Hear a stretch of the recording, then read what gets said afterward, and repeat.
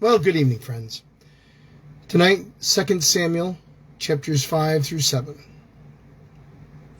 All the tribes of Israel came to David at Hebron and said, "We are your own flesh and blood. In the past, while Saul was king over us, you were the one who led Israel on their military campaigns. And the Lord said to you, you will shepherd my people Israel, and you will become their ruler." When all the elders of Israel had come to King David at Hebron, and the king made a covenant with them at Hebron before the Lord, and they anointed David king over Israel. David was 30 years old when he became king, and he reigned for 40 years. In Hebron he reigned over Judah 7 years and 6 months, and in Jerusalem he reigned over Israel and Judah 33 years. The king and his men marched to Jerusalem to attack the Jebusites who lived there. The Jebusites said to David, "You will not get in here, even if the blind and lame can ward you off." They thought, "David cannot get in here." Nevertheless, David captured the fortress of Zion, which is the city of David. On that day, David said, "Anyone who conquers the Jebusites will have to use the water shaft to reach those lame and blind, who are David's enemies." That is why they say, "The blind and lame will not enter the palace." David then took up residence in the fortress and called it the City of David. He built up the area around it, from the terraces inward, and he became more and more powerful because the Lord God Almighty was with him.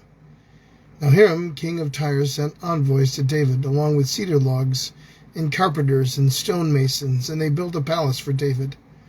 Then David knew that the Lord had established him as king over Israel and exalted his kingdom for the sake of his people Israel. After he left Hebron, David took more concubines and wives in Jerusalem, and more sons and daughters were born to him. These are the names of the children born to him there: Shammua, Shobab, Nathan, Solomon, Ibar, Elishua, Nepheg, Japhia, Elishama, Eliada, and Eliphat. When the Philistines heard that David had been anointed king over Israel, they went up in full force to search for him. But David heard about it and went down to the stronghold. Now the Philistines had come and spread out into the valley of Rephaim. So David inquired of the Lord, "Shall I go out and attack the Philistines? Will you deliver them into my hands?" The Lord answered, "Go, for I will surely deliver the Philistines into your hands." So David went to Baal Perazim, and there he defeated them. He said, "As waters break out, the Lord has broken out against the enemies before me, so that the place is called Baal Perazim, and the Philistines abandoned their idols there, and David and his men carried them off." Once more the Philistines came up and spread out over the valley of Rephaim. So David inquired of the Lord, and he answered, Do not go straight up, but circle around behind them, and attack them in front of the poplar trees. As soon as you hear the sound of marching in the tops of the poplar trees, move quickly, because that will mean that the Lord has gone out in front of you to strike the Philistine army. So David did as the Lord commanded, and he struck down the Philistines all the way from Gibeon to Gezer. David again brought together all the able young men of Israel, 30,000, and he and all of his men went to Bala in Judah to bring up from there the ark of God, which is called by the name of the Lord Almighty, who is enthroned between the cherubim on the ark. They set the ark of God in a new cart, and brought it from the house of Abinadab, which was on the hill. Uzzah and Ahio, sons of Abinadab, were guiding the new cart with the ark of God on it, and Ahio was walking in front. David and all Israel were celebrating with all their might before the Lord with castanets, harps, lyres, timbrels, cisterns, and cymbals. When they came to the threshing floor of Nacon, Uzzah reached out and took hold of the ark of God because the oxen stumbled. The Lord's anger burned against Uzzah because of his irreverent act. Therefore God struck him down, and he died there beside the ark of God. Then David was angry because the Lord's wrath had broken out against Uzzah, and to this day that place is called Perez Uzzah. David was afraid of the Lord that day, and said, "How can the ark of the Lord ever come to me?"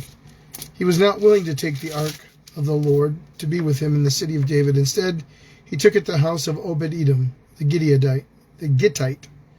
The ark of the Lord remained in the house of Obed-Edom, the Gittite, for 3 months. and the Lord blessed him and his entire household. Now King David was told, the Lord has blessed the household of Obed-Edom and everything he has because of the ark of God. So David went to bring up the ark of God from the house of Obed-Edom to the city of David with rejoicing. When those who carried the ark with the Lord had taken 6 steps, he sacrificed a bull and a fattened calf. Wearing a linen ephod, David was dancing before the Lord with all of his might, while he and all Israel were bringing up the ark of the Lord with shouts and the sound of trumpets.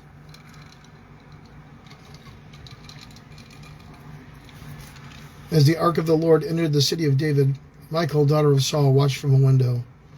When she saw King David leaping and dancing before the Lord, she despised him in her heart. They brought the ark of the Lord and set it in a place inside the tent that David had pitched for it. David sacrificed burnt offerings, fellowship offerings before the Lord. After he'd finished sacrificing the burnt offerings and fellowship offerings, he blessed the people in the name of the Lord Almighty. Then he gave a loaf of bread and a cake of dates and a cake of raisins to each person in the whole crowd of Israelites, both men and women. And all the people went to their homes. When David returned home to bless his household, Michal, daughter of Saul, came to meet him and said, "How can the king of Israel have distinguished himself today, going around half naked in full view of the slave girls of his servants, as a vulgar fellow would?" David said to Michal, "It was before the Lord who chose me rather than your father or anyone from his house when he appointed me ruler over the Lord's people Israel. I will celebrate before the Lord. I will become even more undignified than this, and I will be humiliated in my own eyes. I will be held in honor." And Michal, daughter of Saul, had no children to the day of her death. Chapter 7. After the king was settled in his palace, and the Lord had given him rest from all of his enemies around him, he said to Nathan the prophet, "Here I am, Israel, and will plant them so that they will have a home of their own and no longer be disturbed. Wicked people will not oppress them as I did at the beginning, and have done ever since the time I appointed leaders over my people. I will also give you rest from all your enemies. The Lord declares that you, the Lord himself, will establish a house for you.